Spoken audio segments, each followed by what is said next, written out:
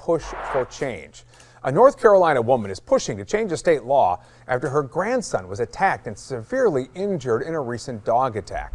We've covered these kinds of incidents before, and it turns out millions of Americans are attacked or bitten by a dog every year.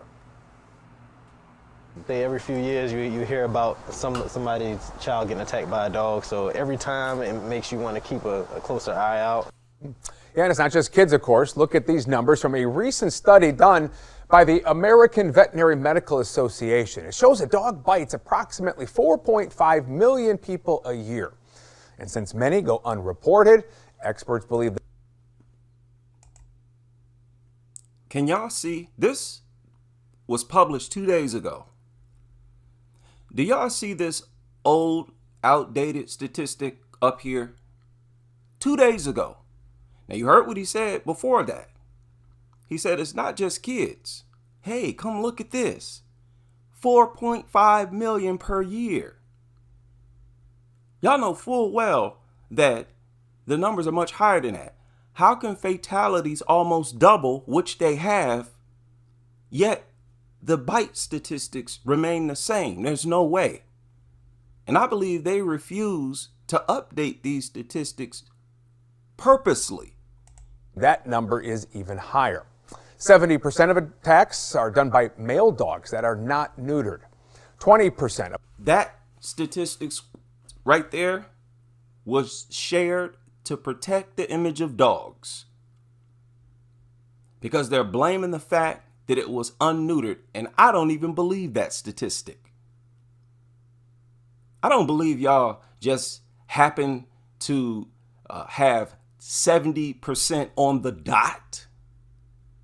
What kind of coincidence would that be? Just 70%, huh?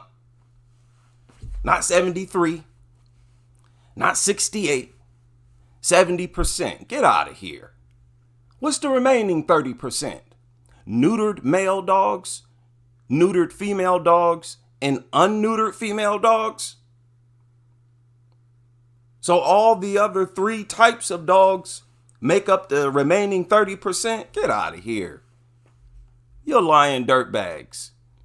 This media outlet of all dog bites need medical attention. In 2023, 20% of all dog bites need medical attention. That's not the statistics for kids. It's like 50% of them. It's much higher. It's highest for kids. They're far more likely to need medical attention when they are attacked. And notice they don't share that statistic. 58 people died after being bit by a dog. And studies show North Carolina consistently ranks in the... Check these people out. Now, before he brought you to this screen, he said it's not just kids. Hey, look at this. And then they never share the fact that half of all attack victims are kids. I don't believe that y'all just happened to forget to put that information up. I believe this media outlet purposely left that information out to protect the image of dogs. You're so dirtbaggish. Disgusting people. I'm telling y'all, these nutters, they consciously place dogs over children. They knowingly do it. There's no way, because every source that you find where they share dog attack statistics, they include the fact that half are children. The top 5 states for fatal dog attacks. Take a look at this map right here. North Carolina is one of a handful of states that currently has a one-bite law with limited exceptions.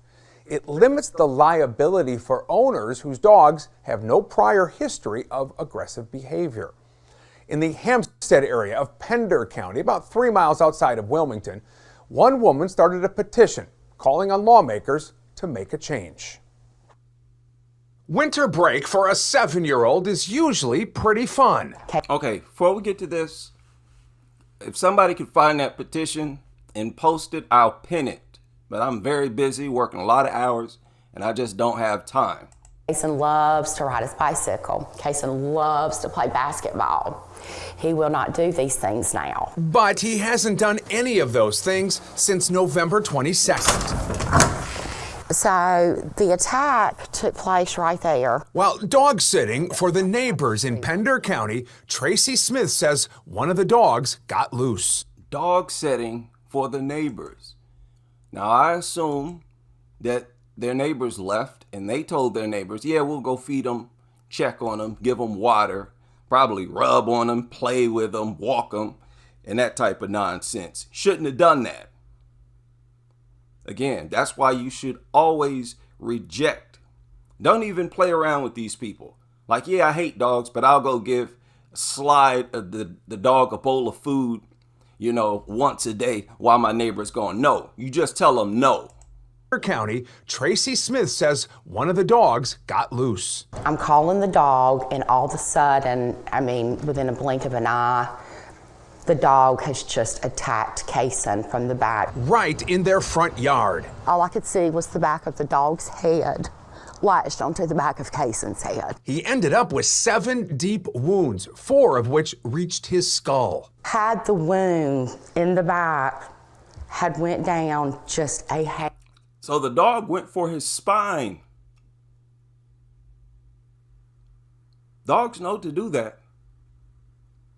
It would have killed him. Luckily, more than 100 stitches later, he's home. But so is the dog that attacked him. North Carolina law states the owner of a dangerous dog shall be strictly liable in civil damages for any injuries or property damage the dog inflicts upon a person. But the law defines a dangerous dog as one that has killed or caused severe injury in the past and doesn't include a dog that's bitten someone for the first time. But Tracy says after what happened 40 feet away from her house, that law needs to change. It's not right. It's just not right. That should be a given. The animal must be removed from the home. Because it was this dog's first time showing aggression, Tracy says the owners were only told to quarantine the dog for 10 days. And they do that because they assume that the dog was provoked. Well, it's never shown aggression. This was the first time in its life that it's shown it must have been provoked. That's why they give them a 1-bite rule.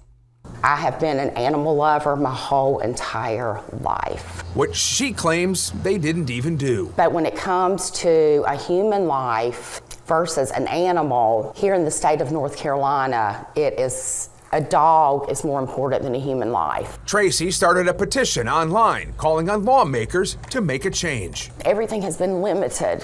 It's like we have been frozen. We have been frozen in fear. Until change happens, she says her family will continue to deal with that fear. I don't know how you move forward because we can't. I don't know where we go from here. Don't give me that. I'll tell you where to go. Stop going around dogs. Tell your neighbors you'll never dog sit for them again. Teach your son, you probably won't have to teach him, to be a dog culture critic. You should look at the error of your ways, your beliefs, and turn against them. It ain't too late. Don't tell me you don't know where to go. I tell you where to start, with a lecture. You, your family, re-examine y'all's views on dogs. And one more thing. This was not a bully breed. It was a Saint Bernard. I don't know how you move forward because we can't. I don't know where we go from here. If you'd like to sign the petition, you can find a link to it under this story on our website. Just go to WBTV.com. Again, if anybody could find that petition and post it, I'll be sure to pin it a little later on today. I am off to work. Shout out to all of you. And I hope you can join me on the next live stream as we continue with this crusade.